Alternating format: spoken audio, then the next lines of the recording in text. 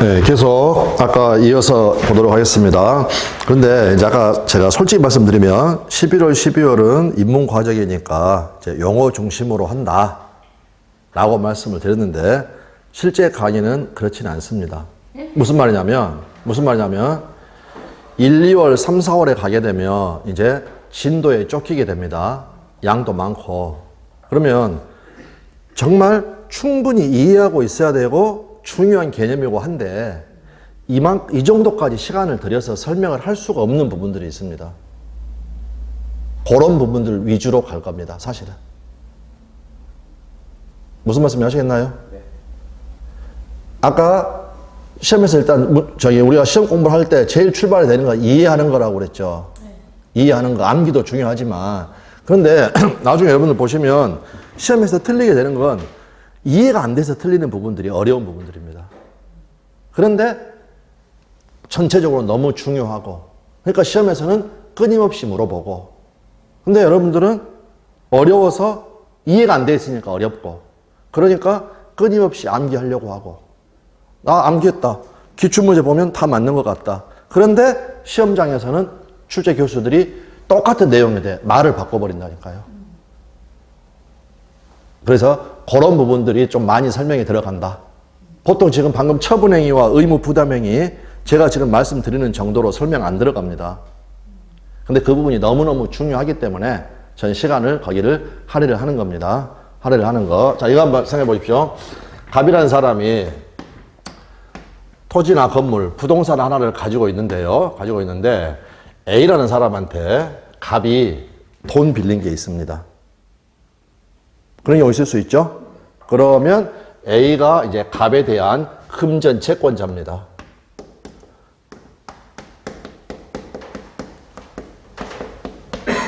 자, 돈 갚기로 한 날짜가 됐습니다. 그런 걸 우리가 법률 용어로 뭐라고 하나요? 변제기. 돈 갚아야 되는 날짜가 되는 거. 변제기. 또는 뭐 이행기. 그런데 자, 갑이 A한테요. 변제기가 됐는데 돈을 안 갚습니다.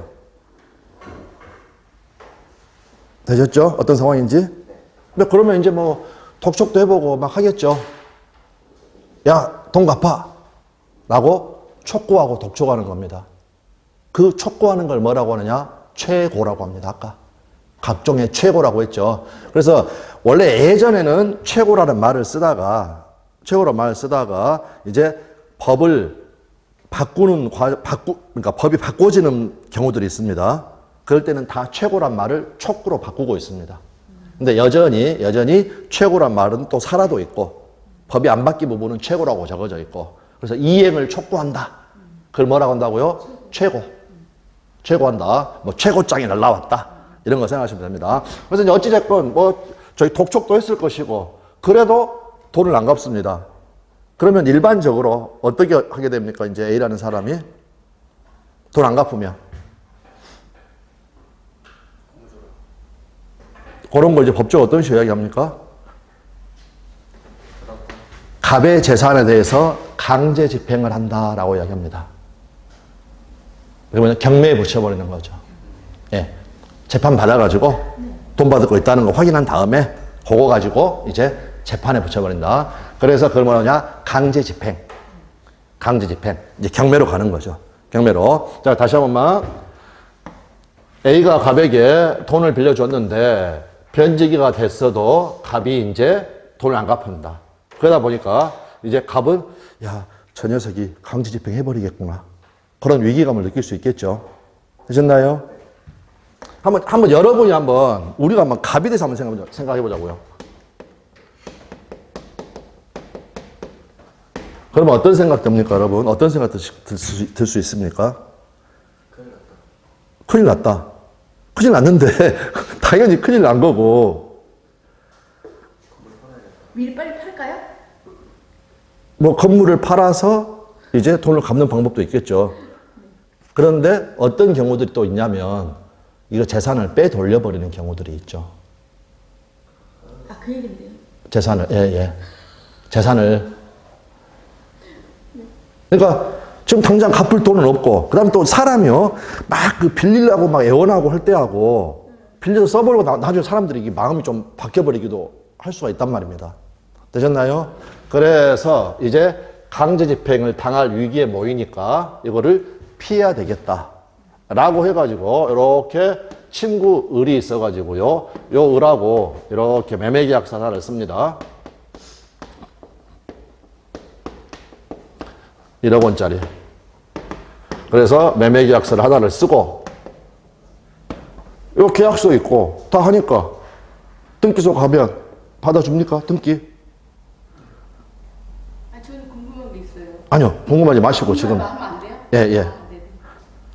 가방으로 같이 가가지고 공동 신청해가지고, 매매계약서 다 보여주고, 등기 관련 서류들 다 주고 하면은 등기 받아줍니까? 예. 받아줘서 요 을 앞으로 이렇게 등기가 격려가, 이렇게 하면 등기가 맞춰졌다. 요 등기가 맞춰졌다고 똑같은 말이 예전에는 등기가 격려됐다 라는 표현을 씁니다. 그러니까 요즘은 이제 등기가 맞춰졌다. 이런 식으로 표현을 합니다. 그러면 을은 지금 등기부 떼보면 가령 갑에서 이렇게 을 앞으로 소유권 이전해가지고 등기가 지금 되어 있고 원인으로는 요 매매계약이 지금 되어 있다는 겁니다. 을은 소유권 취득했습니까? 네. 생각을 해봐야 되겠죠. 아까 을이란 애가 매수인이 소유권을 취득을 하려면 첫 번째 이 매매가 어때야 된다? 유효해야 된다. 두 번째 을 앞으로 세 번째 두 번째 6월 1일 날 소유권 넘겨주려고 할 때 이 사람이 소유자여야 된다. 또는 소유권이 있어야 된다. 그 다음에 애 앞으로 뭐가 해야 된다? 이전 등기가 격려가 되어야 한다. 자, 등기 격려됐죠? 3번 요건은 갖춰졌습니다. 오케이. 그 다음 이거는 지금 이 매매 계약이 지금 타인의 권리를 매매한 건 아니죠? 직접 팔았죠. 그러니까 그리고 요 소유권도 있는 것도 맞습니다. 이것도 오케이. 두 번째가 요 매매 계약이 유효할 것인가가 문제가 되겠죠. 됐습니까? 그럴 때 이 매매 계약이 지금 유효냐 무효냐는 아직 제가 한마디도 안 했습니다. 그러니까 여러분들은 바로 얘가 소유권을 취득한다라고 단정해서는 안 됩니다. 한번 생각을 해보십시오. 강제 집행 당할 위기에 있어서 재산을 빼돌리고 하는 일들이 얼마나 많이 이루어지겠습니까? 그러면 법에서는 그거를 규율을 하겠습니까? 안 하겠습니까? 하겠죠. 그러면 법령집 펼쳐보십시오. 108조.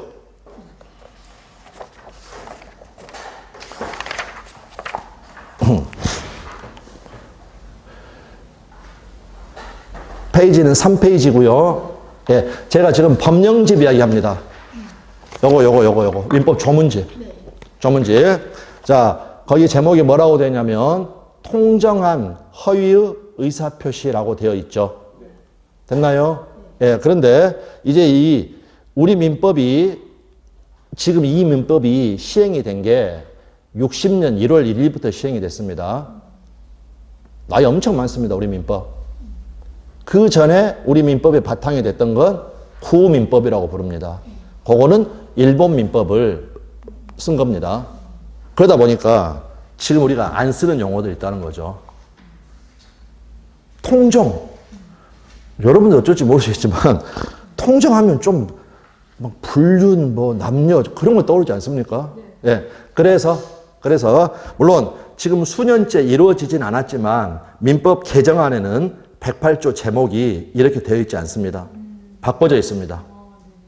개정안에는 아직 개정은 안 됐지만 뭐라고 되냐면 짜고 한 거짓의 의사표시.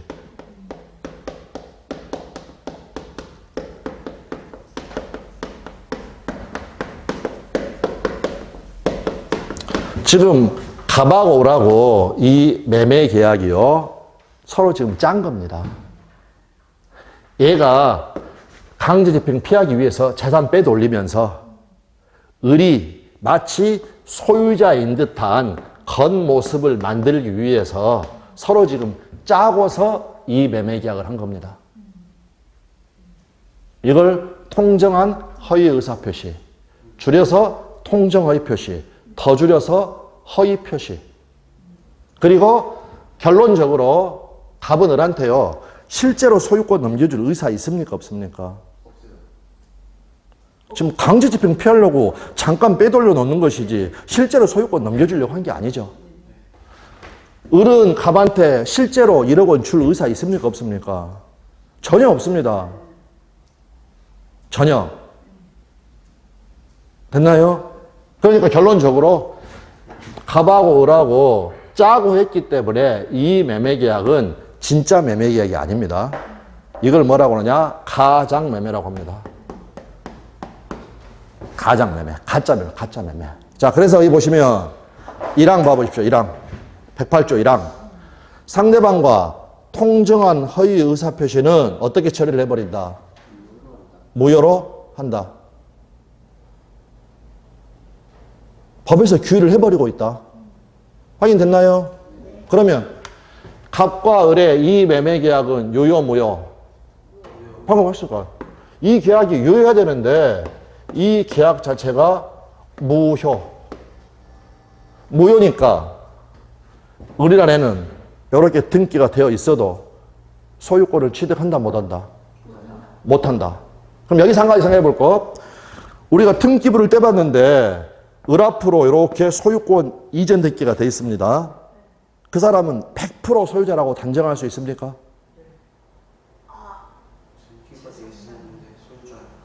방금 지금 을 앞으로 등기되어 있죠? 을 소유권 취득했나요? 을 소유권 취득했나요? 이 매매가 무효니까 소유권 취득했습니까? 못했습니까? 등기만 돼 있지 소유권 취득 못했습니다. 그러니까 다시 한번 말씀드립니다. 우리가 등기부를 떼봤는데 을이라는 사람 앞으로 소유권 이전기가 되어 있다 라고 해서 100% 을이 소유자라고 단정할 수는 없다는 겁니다. 왜? 매매가 무효인 경우들이 있으니까. 무효인 매매계에 따라서 등기가 이루어진 경우들이 이렇게 있으니까.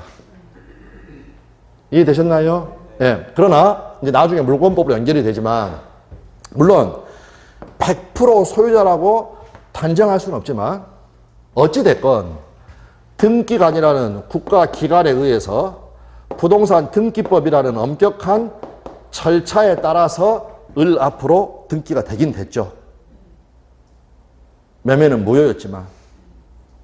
그래서 이 등기에 대해서는 이 사람이 100% 소유자는 아니지만 이런 것들을 생각을 해가지고 일정한 증명력을 줍니다. 이 말은 좀 어렵죠. 이걸 뭐라고 하느냐? 등기의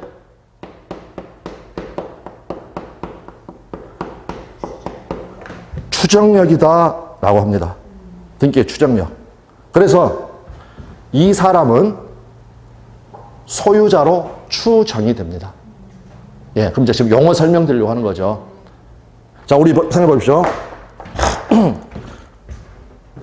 지난 주말에 무슨 화재가 있었다. 저기 A라는 사람이 사망을 했다. 자살로 추정된다. 100% 자살입니까? 아니죠. 방금 말씀드렸던 것처럼 이 사람은 소유자로 추정이 됩니다. 그 말은 뒤집으면 100% 소유자입니까? 아닐 수 있다는 겁니다. 아닐 수 있다. 그러면 일정한 증명력을 부여한다라는 건 무슨 말이냐면요. 무슨 말이냐면 갑하고라고 이제 싸움이 붙을 수가 있습니다. 이 부동산 소유자가 누구냐? 되셨나요? 일정한 사실들이 막 증명이 돼야 되는데 이 사람은 소유자로 추정이 돼버립니다. 그 말은 이거 아주 중요합니다. 이 등기에 대해서 다툼이 벌어졌을 때 증명 책임은 갑이 부담한다 아니면 을이 부담한다. 누구의 소유권을 증명하는 거야? 아니 갑하고 을하고 갑은 이 부동산 내 거다라고 하고 이런 게 있었으니까. 그 다음에 을은 내 앞으로 등기되어 있으니까 이건 내 거다. 이렇게 한다는 겁니다. 할 수 있다는 겁니다. 특히 이제 어떤 경우 이런 일들이 많이 발생하냐면 이러고 나서 둘 다 죽어버렸을 때 이제 자식들끼리 붙죠. 자식들끼리. 그럴 수 있죠. 그래가지고 여기 자식은 이런 이야기를 들었다는 겁니다. 이쪽 자식은 그냥 자기 아버지로 등기되어 있고 그러다가 가령 그때는 이게 가령 논 몇마지교 해가지고 별로 가격이 안 됐는데 지금 이게 막 수십억 대 됐다고 한번 생각해 보십시오. 그럼 전쟁이 나는 겁니다. 양쪽에서. 그러면 판사는 제3자죠. 둘이 와서 서로 내 거라고 지금 싸우고 있습니다. 뭔가를 지금 보여줘야 될 거 아닙니까? 이래서 내 거다라는 걸. 그런 걸 뭐라고 하냐, 소송에서 증명한다는 거, 증명한다. 예. 네. 증거를 제출해서 보여주는 거예요. 판사를 설득시키는 거죠. 됐습니까? 자, 그럼 다시. 을 앞으로 이전 등기가 되어 있으면 100% 소유자라고 단정할 수는 없지만 어찌됐건 등기관이라는 국가기관에 의해서 부동산 등기법이라는 엄격한 절차에 따라서 이루어졌기 때문에 일정한 증명력을 줘가지고 이 사람은 소유자라고 추정을 해버립니다. 이제 질문 드리겠습니다. 어찌됐건 상속인들이 지금 싸움이 붙었다. 내지는 가박오라고 싸움이 붙었다. 우리도 나 그런 일 없는데 해버릴 수도 있죠. 증명 책임은 누가 부담한다? 갑이. 왜? 을은 소유자로 추정이 돼버리기 때문에. 이해되셨나요? 앞으로 이거 여러 번 나옵니다. 그래서 추정을 받는 사람은요, 법정에서 증명하려고 일어날 필요 없습니다. 그냥 가만히 앉아 있으면 됩니다. 가만히 앉아 있으면. 다시 한번. 이 상황에서 을이 나서가지고 이 매매 계약이 유효다라는 걸 증명할 필요 없습니다. 갑이 나서가지고 이 매매 계약이 무효다라는 걸 증명을 해야 되는 겁니다. 되셨나요?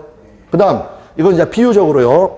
우리 헌법에 대원칙 중에 뭐가 있냐면, 그 형사 피고인이라든지 그러한 사람들은 무죄 추정의 원칙, 무죄라고 추정이 됩니다. 되셨나요? 그러면 그 피의자를 A라고 할 때 A가 저는 이제 어차피 검사랑 공방을 해야 되겠죠? 판사는 심판 보고. 그러면 A라는 사람이 저는 무죄입니다 라는 걸 증명을 해야 될까? 아니면 검사가 너는 유죄다라는 걸 증명해야 될까? 그렇죠. 무슨 말씀인지 이해되셨나요? 추정이 돼버리는 사람은 법정에서 일어날 필요가 없습니다. 그래서 그 사람은 무죄로 추정이 되니까 가만히 앉아 있으면 됩니다. 유죄라고 하는 사람이 증명을 해야 된다. 다시 한번, 이 사람이 등기가 이루어져 있으면 이 사람은 소유자로 추정이 됩니다. 을은. 그러니까 다툼이 벌어졌을 때 을이라는 사람이 증명 책임을 부담한다, 부담하지 않는다. 부담하지 않는다. 그냥 가만히 앉아 있으면 된다. 일어날 필요가 없다. 이렇게 되어 있습니다. 그래서 우리가 방금 봤던 게 108조 통정한 허위 의사표시. 그런데 이제 그 민법 총칙 앞부분에가 의사표시라는 부분이 있는데 어찌됐건 방금 말씀드렸던 이 108, 여러분 이거는 조문을 줄여서 말하는 겁니다. 제 108조 이렇게 쓸 거를 이렇게 시험에 제일 많이 나오는 조문입니다. 시험에 제일 많이 나오는 이유는 간단합니다. 왜 시험에 제일 많이 나오느냐? 여기에가 판례들이 넘쳐납니다. 판례들이. 우리 시험은 조문과 판례가 나오는데 여기와 관련돼서 판례들이 아주 많다. 아주. 되셨나요? 그래서 어찌됐건 이제 여기 등기 추정력은 잠깐 잊어버리시고 나중에 할 거니까 요 매매 계약을 통해 가지고 을 앞으로 소유권 이전기가 격려가 됐을 때 을은 소유권을 취득한다 못한다. 등기가 돼 있어도 못한다. 못하는 이유는 뭐냐? 갑과 을이 한 매매가 우리 민법 108조에 의해서 무효가 되기 때문에 취득한다 못한다? 못한다 라는 겁니다. 자, 그 다음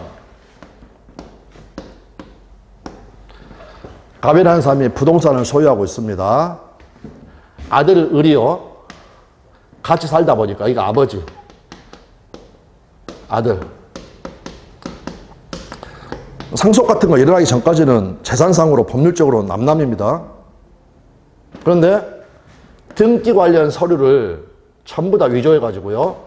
아버지가 병원에 있을 때 등기 관련 서류를 전부 다 위조해 가지고 지 앞으로 이렇게 소유권 이전 등기를 했습니다. 어떤 상황인지 아시겠나요? 그럴 수 있죠. 예. 예를 들어서 아내가 지금 아프다. 의식도 별로 없다. 남편이 그냥 아내 부동산인데 관련 서류들을 매매 계약도 없었는데 매매 계약 있는 것처럼 하고 위임장도 만들고 다 해가지고 자기 앞으로. 그리고 등기관은 실질적인 심사권이 없습니다, 여러분. 형식적 심사권밖에 없습니다. 그래서 등기가 이렇게 이루어질 수가 있다라는 겁니다. 이루어질 수가 있다. 그럼 먼저 여기서 확인할 거. 이것도 아주 중요합니다. 앞으로 수없이 그리는 그림입니다. 을은 소유권을 취득할까 못할까? 못하죠. 왜 못합니까? 통정호의가 안 돼도 의사가 없었으니까. 아버지 의사가 없어서 안 된다. 요건이야. 일단 최종 법률 사실에서 아닌데? 일단 의사 표시가 없어서. 일단은 자, 매매 계약이 유효하려면은요, 전제 자체로 매매 계약이 둘 간에 있어야 되죠. 네. 계약 자체가 있나요, 없나요? 없어요. 의무 부담 행위가. 없어요. 계약서도 얘가 지금 다 위조해가지고 써버린 거라니까요. 그러면 4월 1일자로 매매 계약이 있어야 되는데 그 매매 계약 자체도 지금 없습니다. 됐나요? 그 다음, 애한테 이렇게 소유권이 넘어가려면 6월 1일자에 애의 처분 행위가 있어야 됩니다. 이 사람의. 처분 행위도 있습니까? 없습니까? 아예 없습니다. 아예. 되셨나요? 소유권 취득 못 합니다. 못 해야 됩니다. 그 다음에 한 가지만. 법은 여러분, 가진 사람이 만들었습니까? 못 가진 사람이 만들었습니까? 가진 사람이. 원래 가진 사람들이 뭐부터 가지고 있어요? 땅부터. 그러면 이런 행위로 해가지고 자기 재산이 지금 다른 사람한테 넘어가는 것 자체를 이미 그런 건 허용을 한다, 안 한다? 안 한다라는 겁니다. 안 한다. 그래서 처분 행위가 있어야 되는데 처분 행위. 아까 의무 부담 행위 있고 소유권 넘겨주고 넘겨받는 합의 처분 행위가 있어야 되죠. 처분 행위는 누구만 할 수 있냐면요. 원칙적으로 처분권자만 할 수 있는 거예요. 처분권자가. 한번 생각해 보십시오. 여러분의 권리를 제가 처분할 수 있다. 말이 됩니까? 안 됩니까? 원칙적으로. 안 되죠. 아까 처분행위라는 어떤 개념이라고 그랬냐면 처분행위 있고 나면 여러분은 재산상으로 손실이 생긴다니까요. 그런데 처분권도 없는 제가 여러분의 재산에 대해서 처분행위를 해버린다. 말이 됩니까? 안 됩니까? 안 되죠. 되셨나요? 네. 다시 한 번만. 처분행위라는 개념은 처분행위를 하게 되면 그 행위자에게 일정한 불이익이 발생된다는 그 관점에서 처분해버렸다. 처분행위를 했다. 라는 표현을 쓴다라는 겁니다. 그런데 처분권도 없는 사람에 의해서 내 재산이 처분돼 버린다. 다른 사람한테 넘어가 버린다. 이것 자체를 가진 사람들이, 부자들이, 땅 부자들이 애초부터 이런 걸 허용했겠습니까? 안 했겠습니까? 안 하는 겁니다. 그리고 또 우리 간단하게 생각해봐도, 아니, 위조해가지고 지 앞으로 등기했다? 이 사기꾼이 소유권 취득한다? 이것도 법 감정에도 맞지 않다라는 거죠. 되셨나요? 그러니까 결론적으로 여기는 그냥 등기만 이루어졌을 뿐, 원인행위인 채권행위도 없고요. 처분권 있는 사람의 처분행위도 없었다.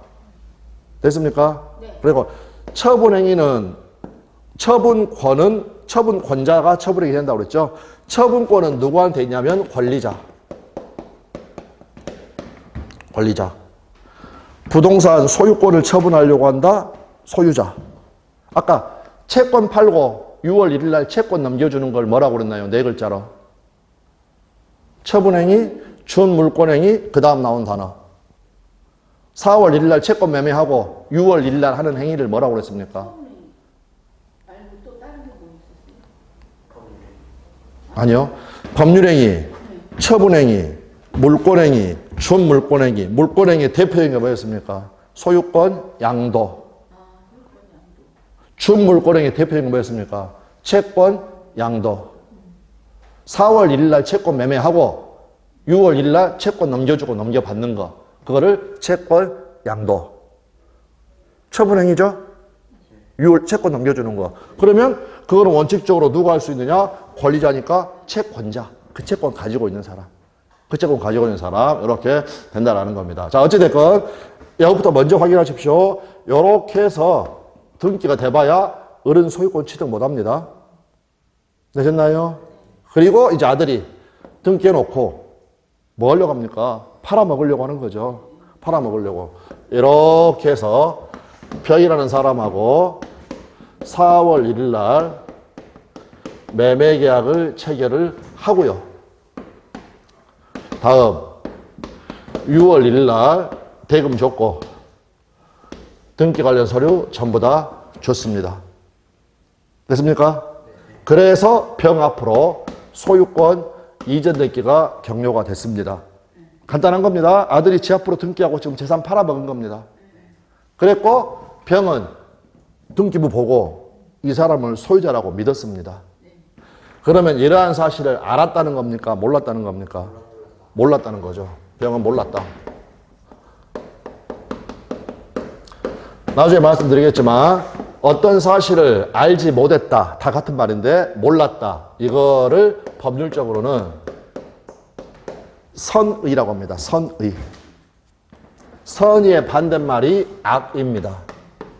그런데 좋다, 나쁘다 그런 도덕적인 그런 개념은 들어가 있는 거 전혀 아닙니다. 이거는 몰랐다. 이거는 알았다. 되셨나요? 자, 그러면 요 병은 몰랐습니다. 선입니다.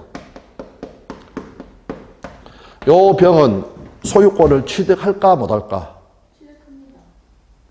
그냥 취득한다 못한다 해버리지 마시고 아까 말씀드렸던 1번, 2번, 3번을 생각을 해보시라는 겁니다. 1번,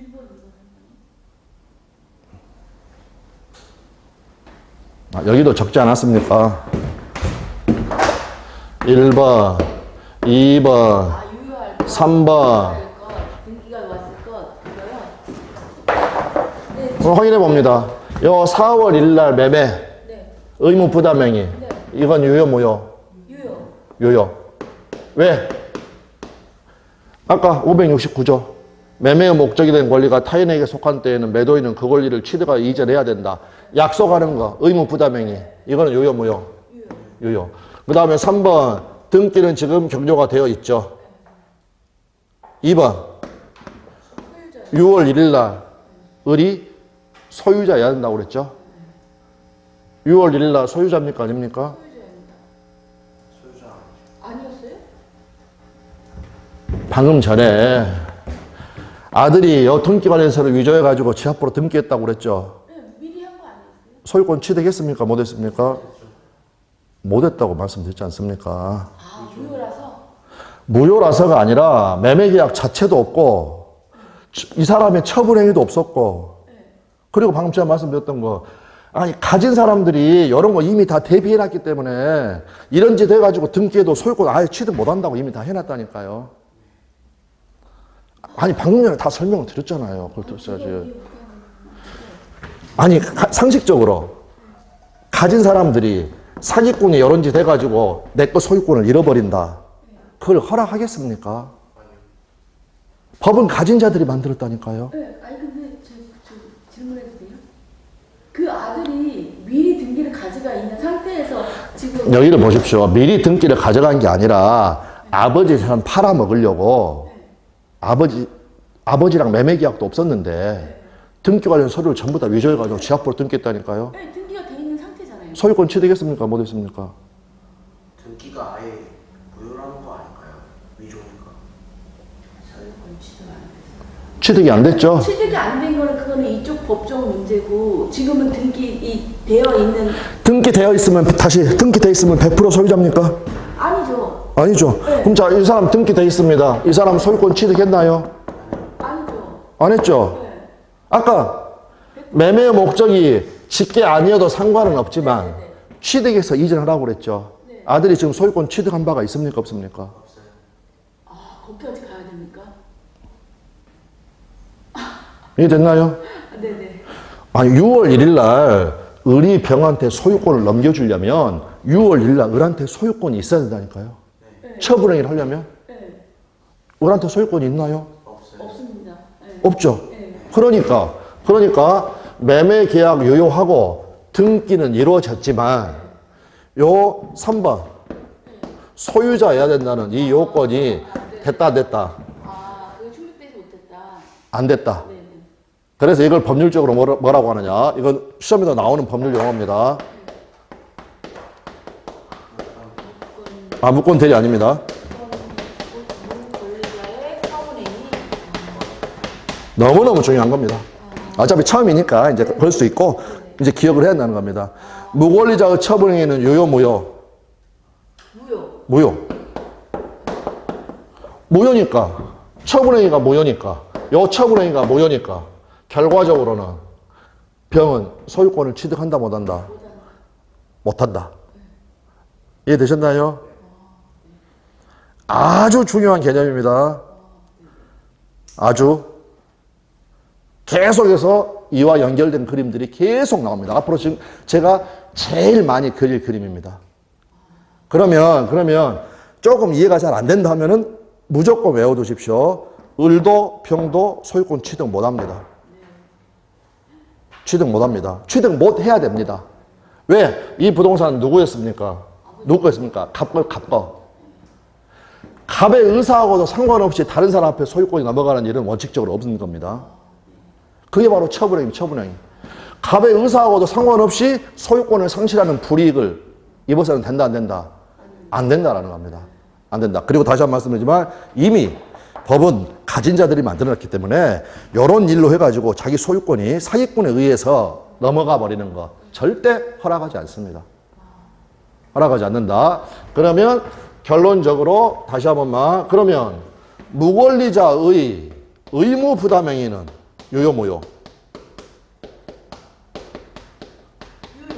그렇죠. 요거는 지금 4월 1일자 매매계약을 물어보는 겁니다. 의무 부담행위 이거는 유효. 그러나 아까 취득하여 이전하여 한다. 취득을 해야 되는데 취득을 안 했으니까 그 사람은 처분권이 있다, 없다? 없다. 다시 한번 처분권은 원칙적으로 누구한테 있다? 권리자한테. 그런데 요 을은 이 부동산에 대한 권리자다, 아니다?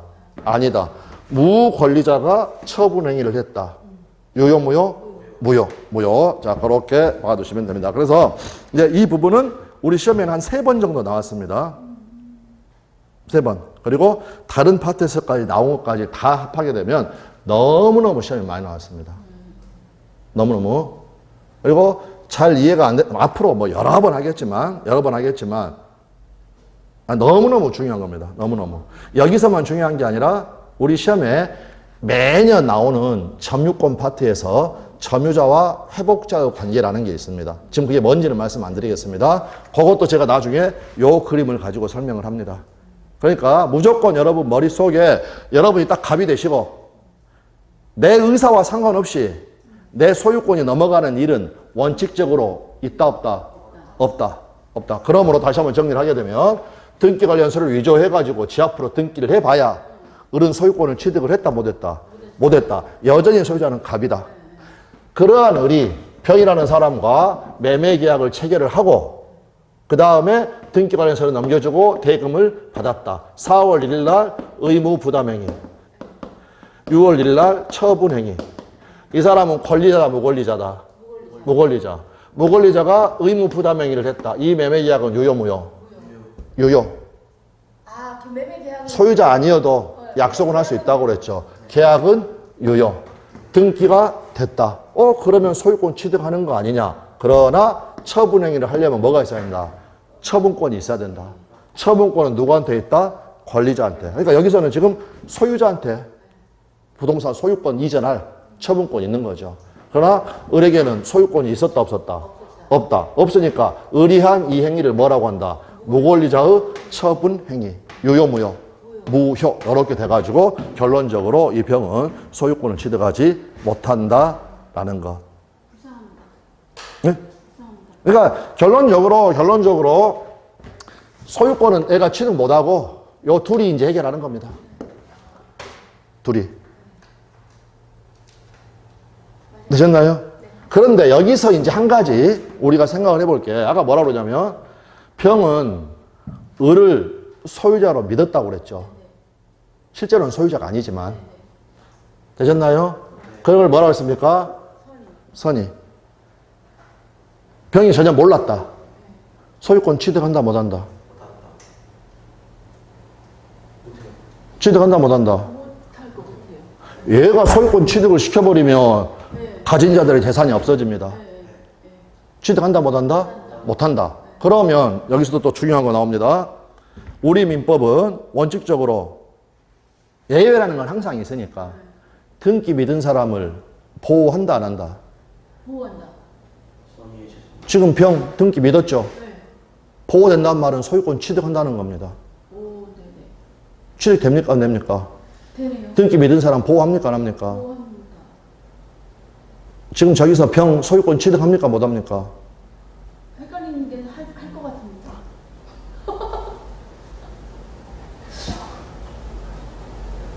이미 결론을 제가 미리 결론을 내버린 게 이거하고 상관없이 얘는 소유권 취득한다 못한다?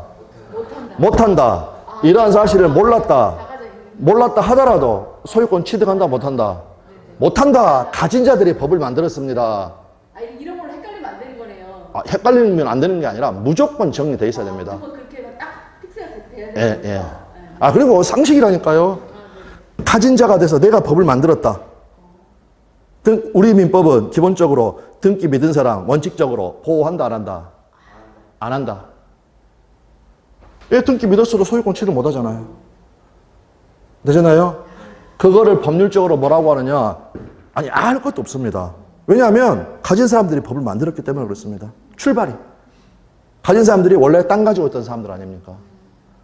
그러니까 지가 우선, 그리고 나머지는 둘이 알아서 해라. 나머지는 둘이 알아서 해라. 나머지는 둘이 알아서 해라. 니들끼리 돈으로 그냥 해결해라. 그럼 다시요. 이거는 뭐 앞으로도 계속 하겠지만, 아까도 말씀드렸지만, 이게 설명이 시간이 많이 필요합니다. 지금 하는 정도로. 확인해보고 또 하고 또 하고 또 하고. 그런데 1, 2월 가서 진도 딱 들어가 버리면 이 정도까지 설명을 드릴 수가 없습니다.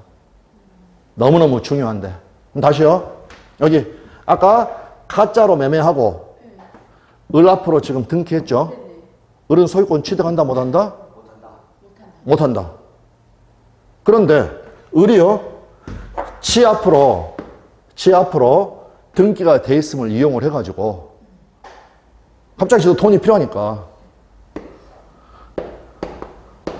병이라는 사람하고 매매계약 4월 1일 날 하고 그 다음에 6월 1일 날 돈 받고 소유권 넘겨주고 해서 병 앞으로 등기가 됐다라는 겁니다. 이거는 질문 드리는 게 아니라 다시 아까 그 조문으로 가보십시오. 108조 조문으로. 108조로. 지금 너무너무 중요한 부분 하고 있습니다. 짜고 한 거짓의 의사표시, 즉 통정한 허위의 의사표시. 1항 상대방과 짜고 한 거짓의 의사표시, 즉 통정 허위 표시는 유효다 무효다? 무효다. 2항 천황의 의사표시 무효는 선의의 제3자에게 대항하지 못한다라고 되어 있습니다. 이러한 특별 규정이 있어야 보호가 되는 겁니다. 그러면 이거는 원칙일까요? 예외일까요? 원칙이에요. 다시 우리 민법은 등기 믿은 사람 보호한다 안 한다? 보호한다. 안 한다. 등기 믿은 사람 안 한다. 헷갈려요. 보호 안 한다. 안 한다. 안 한다. 안 한다. 안 하는데 일정한 경우에 이런 예외 규정을 두고 있는 경우가 있다. 만약 여러분 한번 상식조사 해보십시오. 등기 믿은 사람을 보호하는 게 원칙이라면 이런 조문은 필요가 없죠. 이해되셨나요? 등기 믿은 사람을 보호하는 게 원칙이라면 이런 조문 자체가 필요가 없다. 그래서 방금 조문은 모요로 한다. 그 1항이 원칙. 2항은 예외. 이런 특별 규정이 있어야 됩니다. 별도로 있어야 됩니다. 그래서 요 병이라는 사람이 만약 애들이 재산 빼돌리는 가짜 매매하고 등기한 것을 몰랐다고 한다면 의리 소유자가 아니었어도 몰라가지고 얘를 소유자로 믿었기 때문에 방금 봤던 108조 2항이라는 특별 규정, 이 예외 규정, 이것에 의해서 얘가 소유권을 취득을 하는 겁니다. 확인되셨나요? 어려울 필요도 없습니다. 법에 적어져 있습니다. 법에. 선의 제3자한테는 대항하지 못한다는 말은 주장하지 못한다는 겁니다. 갑이 병한테 야, 이 매매계약은 무효다 라고 병한테 개길 수 있다 없다? 법에. 그러니까 이거는 외울 문제가 아닙니다. 눈으로 몸으로 느껴야 되는 겁니다. 아, 법에 이런 규정이 있구나. 이런 특별 예외 규정이 있구나.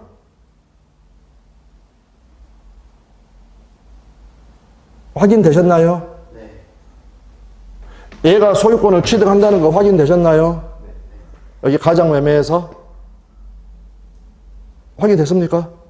교수님 저 질문해도 돼요? 예. 저거는 어쨌든 그 등기를 믿은 사람 보호하지 않는다는 이거는 원칙이 딱 되어 있는데 예. 그 중에 통장 허위 표시를 해서 이것만 그런 게 아니라 나중에 다 보게 되면 있어요? 이런 별도 규정들이 있는 경우들이 이제 여러 개가 나옵니다. 이게 원칙인데 예. 이런 식으로 예. 그래서 나중에 가시게 되면 지금 이거를 어느 정도 개념을 안 잡아 놓으면 이건 매년 시험에 나옵니다. 올해도 나왔고. 그런데 곳곳에가 나와가지고요. 우리 민법을 할 때 공부를 할 때 제일 괴롭히는 게 뭐냐면 우리 수험생들이 제일 힘든 게 그놈의 제3자입니다. 제3자. 곳곳에가 나오고 곳곳에서 또 달라요. 달라. 곳곳에서. 그래서 아까도 말씀드렸지만 이게 진짜 중요합니다. 여러분. 지금 딱 잡아둬야 됩니다. 잡아야 된다. 이게 원칙입니다. 이게 원칙. 원칙. 가진 사람이 법을 만들었습니다. 자기 의사와 상관없이 재산이 다른 사람에 넘어가 버리는 거 허용할 수 없습니다. 얘가 선이라 하더라도 허용 못 하는 겁니다. 소유권은 넘어간다, 안 넘어간다? 안 넘어가고 요 둘이 알아서 하는 겁니다. 돈으로. 그러니까 결론적으로 우리 민법은 등기 믿은 사람을 원칙적으로 보호한다, 안 한다? 안 하는데 법을 읽다 보면 별도로 이렇게 특별 규정을 두고 있는 경우가 있다. 그건 원칙이다, 예외다. 예외다. 아까도 제가 말씀드렸지만 이게 만약 원칙이라면 이 규정을 별도로 둘 필요가 없습니다. 이게 예외이기 때문에 별도로 규정을 둔 겁니다. 그래서 다시 한 번만. 자, 가장매매를 해가지고 을 앞으로 등기를 했기 때문에 을은 소유자가 아닙니다. 그래서 아까 그 공식에 의하면 매매는 1번 유효해야 되는데 다른 특별한 사정이 없는 한 을이 소유권이 있든 말든 요 의무부담행위 매매는 유효하죠. 그 다음에 여기 병 앞으로 등기도 됐죠. 3번도 갖춰졌습니다. 2번 을이 소유자여야 됩니다. 되셨죠? 그래야 소유권을 취득을 합니다. 그런데 병이 몰랐다면 이 조문에 의해서 보호가 돼가지고 결론적으로는 을이 소유자가 아니었어도 결과적으로 어떻게 돼버린다? 병이 소유권을 취득을 한다. 그래서 너무너무 중요한 부분. 너무너무. 그러면은 그 예. 판례 내용에 따라서 특별법이 붙을지 안 붙을지는 그 내용에 따라서 달라지는 거예요? 아니죠. 판례 내용이 아니라 법 조문에 적어져 있습니다. 우리가 방금 전항의 의사표시 무효는 선의의 제3자에게 대항하지 못한다. 법에 적어져 있었죠. 이런 식으로 법에 적었어요. 법에. 나중에 이제 요약사가 딱 나오게 되면 그걸 뭐라 그러냐? 그거는 지금 말씀드리면 좀 어려우니까 별도로 규정을 두고 있는 경우들. 자, 그러면 곳곳에 많고요. 여기 한 군데만 있으면 이게 헷갈리겠습니까? 자, 이렇게 강조해서 이야기 안 합니다. 앞으로 이제 끊임없이 만나게 됩니다. 그러면 여기 법령집 하나만 잠깐 확인해 보겠습니다. 법령집에서 거기 페이지가 잠시만요. 저기 뒤쪽인데 한 100페이지 정도 되나? 아니, 더. 98페이지요. 예. 99페이지.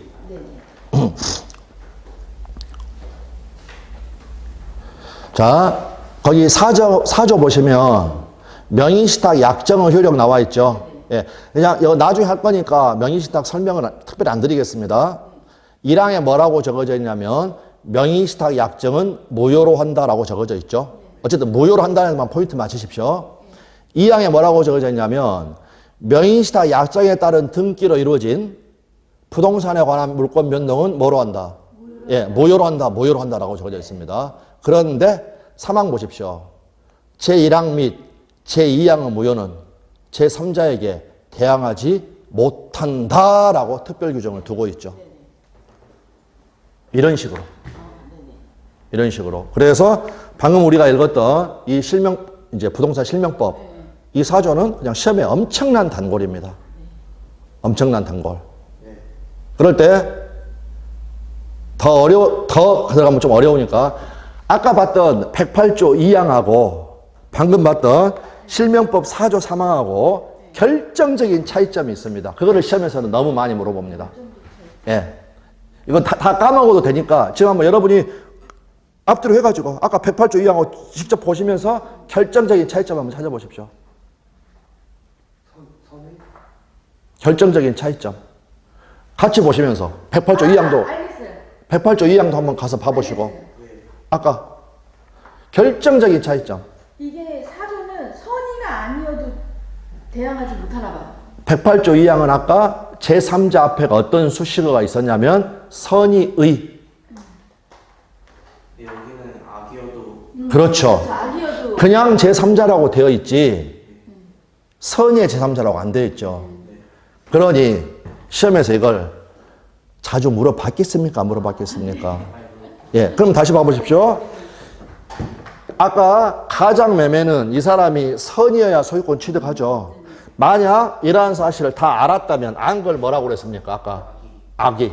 이 사람이 이런 것들을 다 알고 있었다면 얘는 소유권 취득한다 못한다? 못한다. 그런데 우리가 실명법을 안 배웠지만 실명법에서 어찌저찌 해가지고 병이라는 사람이 왔다. 근데 얘가 명의신탁이 있었다는 걸 다 알고 있었다. 소유권 취득한다 못한다? 취득한다. 이거를 시험에서 여러분이 출제자라면 이거 많이 안 물어보겠습니까? 그러니까 제일 중요한 조문 108조 2항. 실명법에서 제일 중요한 조문 4조 3항. 근데 그 두 개가 결정적으로 차이점이. 그러니까 이걸 여러분 항상 말씀드리지만 억지로 외우려고 하는 게 아니라 눈으로 확인하는 눈으로. 그러다 보니까 이제 나중에 기출문제를 보시게 되면 뭐 악의 경우에는 소유권을 취득하지 못한다. 이쪽 실명법 쪽에서.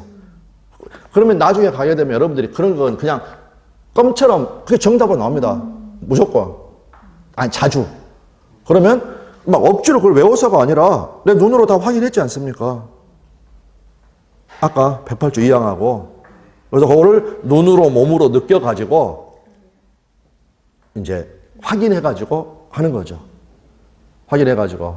그래서 다시 한 번 말씀드리지만 그놈의 제3자 정말 지금은 진짜 빙산의 일각이고요. 이제 곳곳에서 나옵니다. 곳곳에서. 그런데 제일 중요한 제3자를 방금 두 명을 말을 한 겁니다. 제일 차이가 나는 거. 그러니까 그 두 개를 바탕으로 해두고 나중에 하나씩. 그러나 더 중요한 것은 원칙은 얘가 선이든 악이든 원칙은 소유권 취득한다 못한다? 못한다. 방금 우리가 읽었던 것처럼 별도로 법에서 특별 규정을 뒀을 때 법에 의해서 보호가 돼가지고 예외적으로. 그래서 보십시오. 얘가 선이면 소유권 취득합니다. 취득시키고 둘이 해결하는 겁니다. 왜? 을이 갑의 소유권을 침해했으니까. 여기 이해되셨나요? 을은 지금 지가 아니었죠. 지가 아닌데 얘한테 팔아버려가지고 소유권 취득하겠죠. 둘 간에 책임지는 겁니다. 그 둘 간의 책임은 작년 시험에서도 정답 질문으로 나왔고. 정답 질문으로. 저거랑 반대네요. 예? 저거랑 좀 반대예요. 그러니까 반대죠, 반대. 반대인데 다시 한번 중요한 것은 이게 원칙. 원칙. 등기 믿은 사람 보호 안 한다. 원칙적으로. 방금처럼 예외적인 규정을 뒀을 때 제3자는 소유권 취득할 수 있다. 그래서 제가 아까 말씀드렸던 것처럼 의무 부담행위와 처분행위 여기 시작하면서 너무너무 중요한 부분이라고 미리 말씀을 드렸던 게 거기서 출발해가지고 이쪽까지 연결이 다 되기 때문에 연결이 되기 때문에 그래서 이제 오늘 강의는 일단 마치겠는데 시간만 되신다면은요 지금 아까 의무 부담행위와 처분행위부터 했던 부분 있죠. 거기는 다시 한번 복습 그리고 다시 한 말씀드립니다. 억지로 에울르지 말고 아니 어렵고 그러니까 시험장 가서는 다르겠지만 쉽고 어렵고가 없습니다. 법에죠. 법에 법에 적어져 있는데 뭐라고 할 겁니까? 예.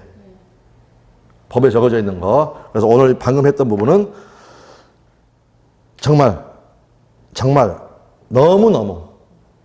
너무너무 중요한 부분입니다. 그리고 여기서만 끝나는 게 아니라 이 그림은 여러분들이 앞으로 수없이 봅니다. 수없이 다른 상황하고도 연결이 되고 그래서 오늘 제 강의의 모든 목표는 여기에 있었습니다. 의무 부담행위와 처분행위 그 다음에 등기 믿은 사람 원칙적으로 보호된다 안 된다? 안 된다. 그러나 방금 봤던 것처럼 예외 규정이 있을 때 별도 특별 규정이 있을 때 예외적으로 보호가 된다라는 거. 그 다음에 또 한 가지 아까 을 앞으로 등기가 되어 있다. 100% 우리 소유자라고 단정할 수 없습니다. 되셨나요? 그러나 그 등기에는 일정한 힘을 준다. 그 이름이 뭐라고 하냐면 등기의 그렇죠. 증명력. 같은 비슷한 의미로 등기의 추정력.